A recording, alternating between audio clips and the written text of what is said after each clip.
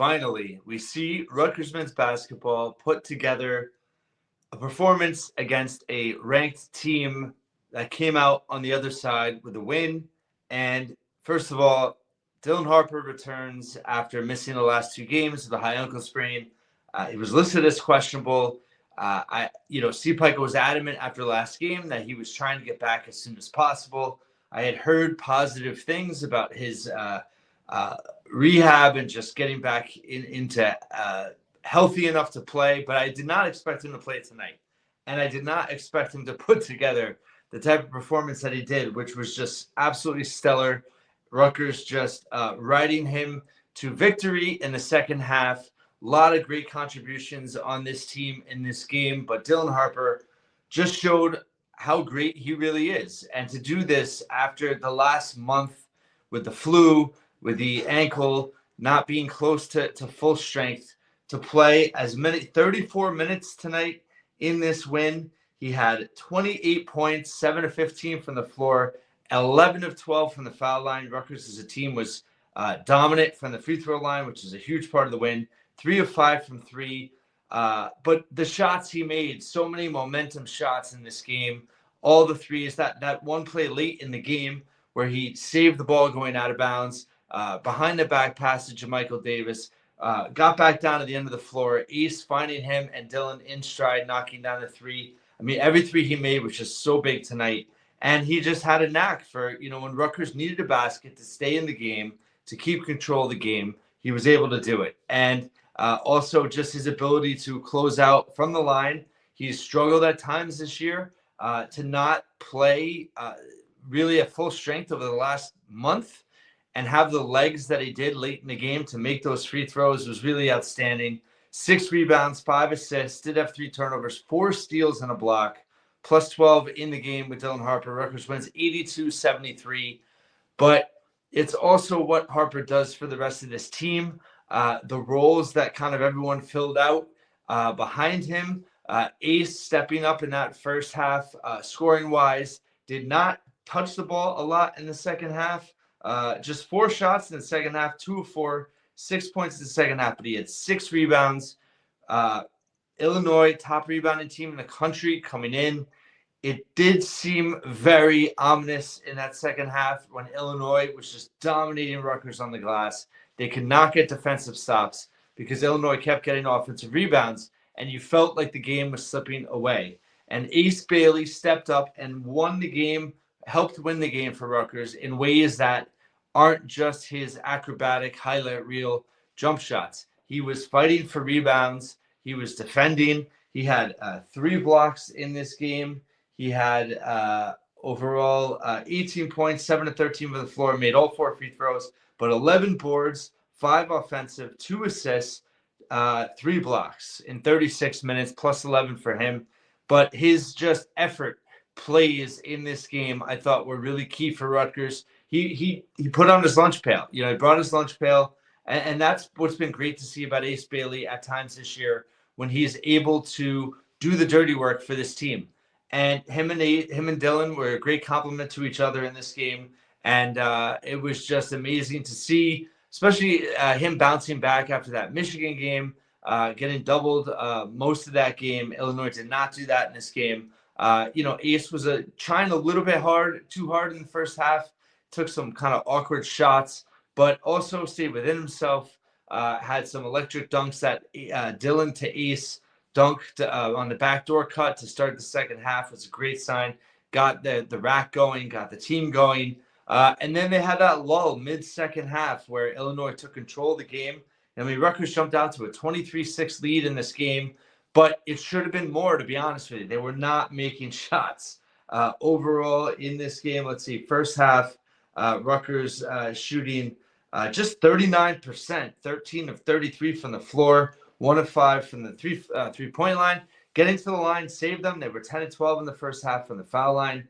And that gave them that 8-point lead. That really should have been a 20-point lead if they had taken better shots. At times the offense was disjointed. It was rushed, a lot of poor shot selection at times in this game. It was not a perfect game. But, and I will say, I mean, Illinois has a lot as a team, they're more talented. They have a lot of really good players on this team. Just in terms of, Hume. Huber Kraus, I mean, that guy is a ball player. He can shoot. He had 3 threes. He had 14 points. Will Riley was unconscious at times. He did finish 6 of 16, but in that second half when they took control, he was dominant. He had 18 points. Morez Johnson had 11. I mean, they have some great freshmen as well. Jakunis, they totally controlled tonight. Great D on him. He was just 2 of 8 from the floor, 7 points. That was big. Boswell had just 6. Ivasic, that rolled ankle certainly played a factor. He had 9.7 boards. He was neutralized pretty much down the stretch in this game. That was a big factor in Rutgers winning for sure. But overall, Harper and Bailey, but everyone else that played in this game, let's just give a shout out to PJ Hayes. How great it was to see him get a moment here, not playing much at all lately. Peichel making the call to bring him in and playing him with Martini. And guess what?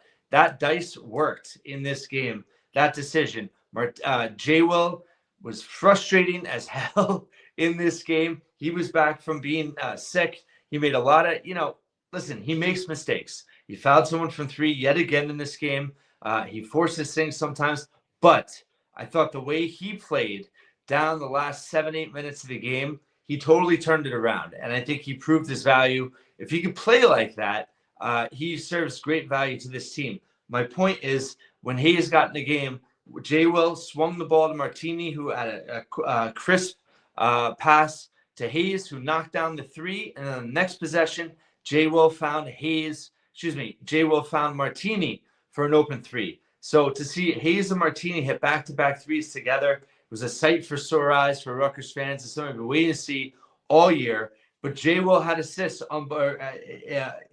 implemented or initiated both of those 3s. So that was key. He also had 13 points in this game, 7 of 8 from the line. He had a lot of crucial free throws down the stretch. And he, had just a rebound, but he played 25 minutes. Again, he's coming off having the flu as well. He played some good defense down the stretch. So he made some winning plays when it mattered most. But those 3s from Martini and Hayes really got Rutgers back in the game when they were really struggling to score and they weren't really finding much continuity on offense in this game. I'm just going back to when those plays happened. Rutgers was down 62-60 with 54 to play. And Rutgers finishing the game 22-11 run in the final 8 minutes of that game. And that was all started, that kind of run. J. Will hit 4 free throws in a row. But they were down 55-52 with right at the midpoint of the game. PJ hit the 3, and then Zach hit a 3 in between Humerkaus hitting a layup. Then Riley hit a step back 3. So Illinois again up 2. Then Jeremiah Williams, 4 free throws in a row in between a Morez Johnson dunk. It's 62-62. And then after Somerville made a free throw, Rutgers was up 1. That's when the Dylan Harper play off the turnover behind the back pass, knocking down the 3, put him up 66-62. JaMychal Davis then making a free throw. And then Dylan taking over, driving down the lane. J. Will scored on a fast break as well. That was a little ridiculous scoop. And they were up 6.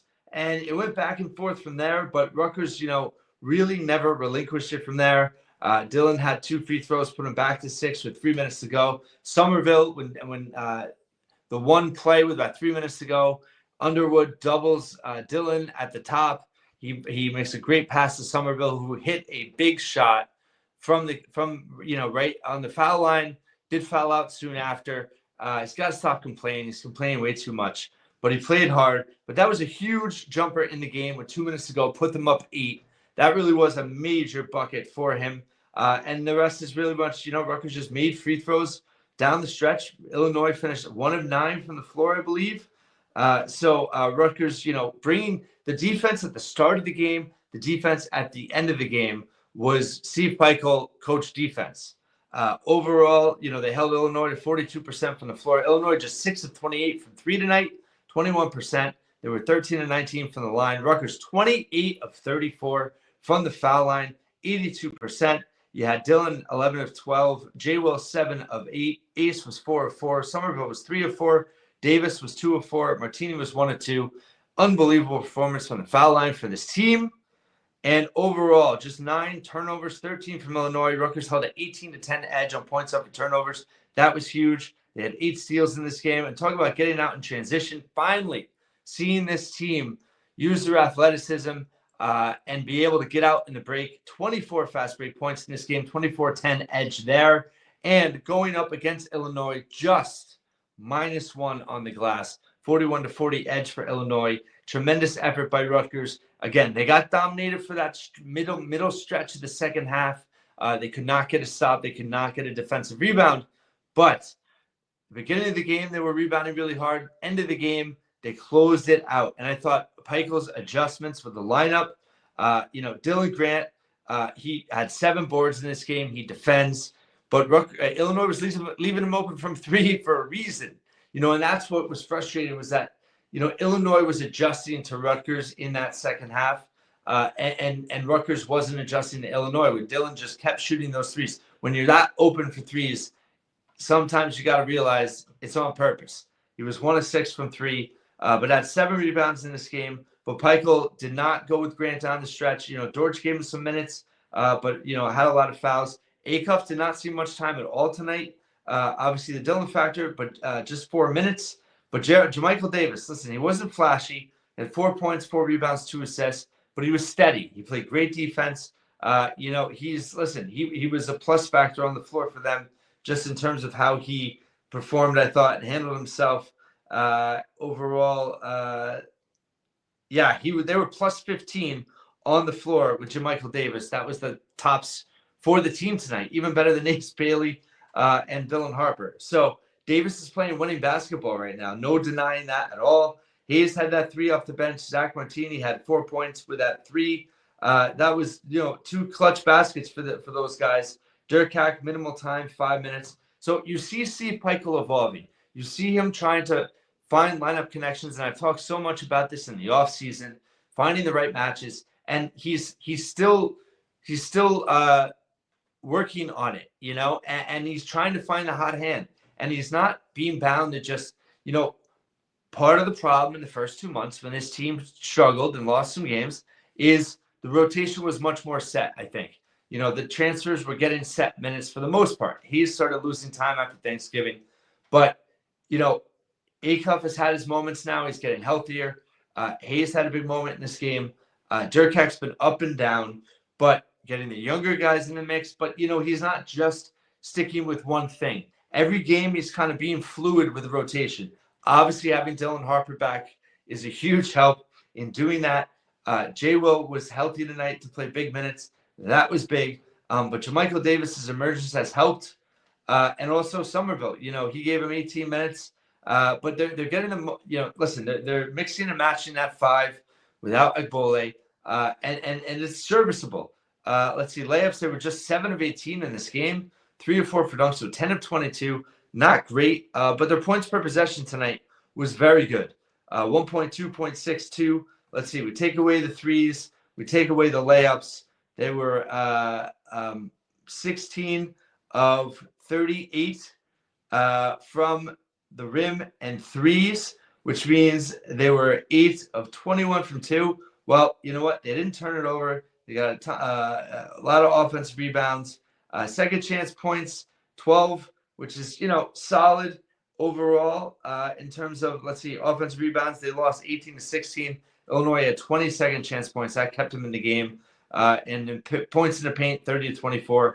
But overall, Rutgers had 12 assists on 24 makes. So they were sharing the basketball. Again, they were inconsistent at times, and they let Illinois back in the game. But they were able to pull it together and get out this win. And you know what? There's a long way to go. But this team's now 5-7. They stay above 500 at 12-11. They're now 4-1 in Big Ten games with Dylan Harper's healthy. and they're 1-6 when he's not. Now, why am I saying that? Several reasons. Obviously, people have been down on this team. I've been down on this team. I've been critical of this team. It's been completely fair to be critical of this team. But slowly but surely, the last few weeks, with and without Dylan Harper, this team is rebounding better. They're defending better. They still struggle shooting at times. But now, tonight, you saw with Dylan and Ace and them doing other things as a team better with rebounding and defense, they're going to have a shot in pretty much every game if they can stay healthy. Big if with the way the season's gone. But this team looked much closer to the version of the team we had hoped they would ultimately become. And I think it's been easier to be critical of Rutgers without Harper because they struggled those first 2 months. That being said, the way they played Alabama and A&M in Thanksgiving was really encouraging. And I think it's unfair to think that they weren't going to improve quicker as a team in January if Dylan was healthy the whole time. Now, why am I saying all this? I messaged before I got on here with a friend of the podcast, Brad Wachtel, one of the best bracketologists out there, and I posed the following scenario to him. Does an 11-9 Big Ten record with 18 wins overall and about a 500 record Q1, Q2 opponents. Right now, Rutgers 4-8 against quad 1 opponents, 2-0 against quad 2, so 6-8. If they finish 6-2, they're going to be maybe even, I got to do the math, but they'll probably be right over 500 in terms of quad 1, quad 2, which is a metric the committee looks at on the team sheets. If they have an 11-9 Big Ten record, 18 wins overall, 500 or better at quad 1, quad 2, does it give Rutgers a chance based on the committee evaluating Harper's missed time? Brad, with permission, said yes, and look at the remaining schedule, would be a good number of quality wins added to the resume too. So what are we telling you? We're telling you there's a chance. Now to go 6-2, that's not going to be easy, but it's not impossible. Now they're at Maryland on Sunday, a place they have started to play better lately. That's going to be a huge game. Maryland is lights out. By the way, it's Illinois win, number 17 in Ken Palm. Rutgers' best win of the season by far in terms of Ken Palm. UCLA was the second best. I mean, Maryland's won 4 in a row. They play Ohio State tomorrow night on the road before this Sunday tip-off. So that's interesting. But they've just beat Nebraska, Illinois, Indiana, Wisconsin. They won 6 of 7. They're 7-4 in the league. That Ohio State road game is going to be tough. And then they're going to have a quick turnaround against Rutgers. Now, they're a very good offensive team. They're super balanced. I mean, they're 17th offense efficiency, 23rd defense efficiency. But I just have a feeling that's going to be a battle. It's going to be an opportunity. That would be a monster Q1 road win for Rutgers if they could do it. Then they host Iowa, who just lost Owen Freeman for the season. Then they go out to a 2-game road trip at Oregon, which is not going to be easy, but it's not unbelievable that they could go in there and win. And maybe some karma with Dana Altman always taking Rutgers transfers. You never know. Then they're at Washington, bottom of the Big Ten. Although they did just get a big win, but the other day. Then you come home to USC. So in those next 5 games, feasibly, Rutgers has to take care of business in these next 5 games. They go 4-1. They're going to be in the mix. And the thing is now, Rutgers is going to be a story if they can get back into it. They're going to get positive press. They're going to get positive momentum. They're going to get buzz. Everyone wants to see Dylan Harper and Ace Bailey. If you love basketball, you want Ace Bailey and Dylan Harper in March Madness. If Rutgers can get hot here, if they can, all of a sudden, things start to click after all the adversity they've been through. And that's a big if. I'm not saying it's going to happen. But what I am telling you is it's possible, and it's still on the table. Then you go at Michigan, at Purdue. You got to split one of those, and then you have Minnesota at home. 6-2 in that stretch, it's not easy. It's very difficult. But if you look at it, it's not impossible. 4 opponents are 50 or worse in Ken Palm, and you have 3 top 21 opponents. Purdue, Michigan, and Maryland, all on the road. Oregon on the road as well. So they have 4 very, very, very hard road games. And you got to sweep at home: Iowa, USC, Minnesota. Got to have all 3 of those. And then your last 5 road games: Maryland, Oregon, Washington, Michigan, Purdue. Can you go 3-2 in that road stretch? So, again, long way to go here. But getting Dylan Harper back as soon as they have to play in which the way he did and this team did tonight, coming off that deflating Michigan loss in which the team played extremely hard. They played well in every facet of the game except making shots, which, yes, obviously matters because they lost the game. But they held Michigan 17 points below their league season average. Rutgers is going to get a nice boost tomorrow in the net. They're 67 now in KenPom. They are not in a good position by any stretch, but they are not so far out. They're not in the 80s. The net, they might crack the 60s tomorrow. So they're slowly but surely, they hung around, alligator blood. They never fully collapsed. And now, just maybe, this team might catch lightning in a bottle and finally get some positive momentum. It was just great to see, even if it's just one night, to see this team put it together the way they did. Again, not a perfect game. They have some lulls. They had some bad stretches of basketball. But this team is playing as a team now. They're playing really hard. They're playing really tough D. They're competing really hard. They're not afraid of taking it to their opponents. The rack was fantastic. Shout out to the fan base. I mean, I love this fan base. And the way that I know that tensions have flared, but the way fans have shown up for games this year have been unbelievable. And this was a Wednesday night before a snowstorm or whatever it is, a snow event. It's not really a storm. I mean, who knows how many inches it's going to be. But people, listen, there's already delayed school openings tomorrow. I got to go to work. I got to get up early anyway. But my point is, Wednesday night, the rack was electric. It was full. 8:30 start for a team that, was 500. So, and no one expected Dylan to start tonight. So, shout out to Rutgers fans once again. But Steve Peichel, listen, this is one of those seasons.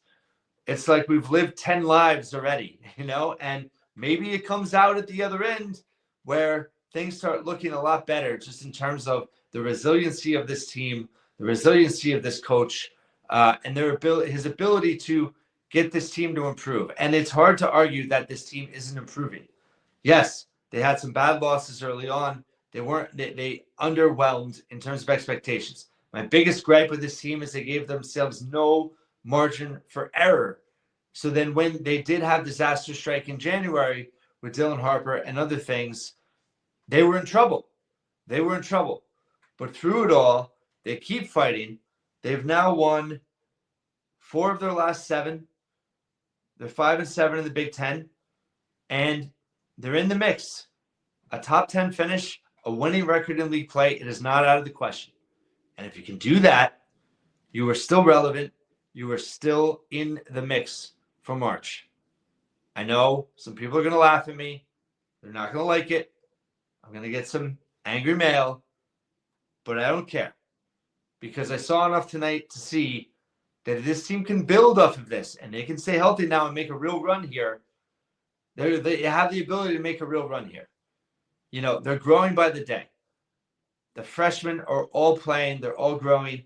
And Martini and Hayes, let's not forget, that sequence where they both hit back-to-back threes, credit to PJ Hayes. I didn't even mention, how could I not mention this? Late in the game, when he didn't take the 3, drove to the rim, went right at Morez Johnson, who, by the way, should have fouled out. It was a clear blocking foul. Didn't call it. PJ composes himself, gets the miss, grabs the offensive rebound, and resets the action. And then that was such a gutty winning play that I think can go a long way in his confidence building. And I think tonight we might look back and say, you know what? That's when PJ Hayes got his confidence back. And you know what? If they're really going to make a run here, they need him. And yeah, he gets beat on defense, and he struggled at times, but he competed like hell tonight. And that was a huge winning play. And then I think Ace got another offensive rebound on the same possession. So it inspired this team. And those are the little things that gotta happen.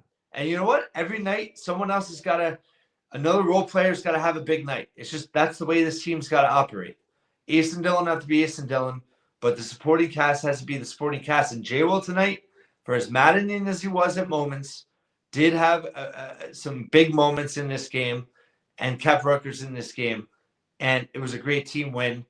Thank you so much for listening and watching once again here at the Scarlet Faithful podcast.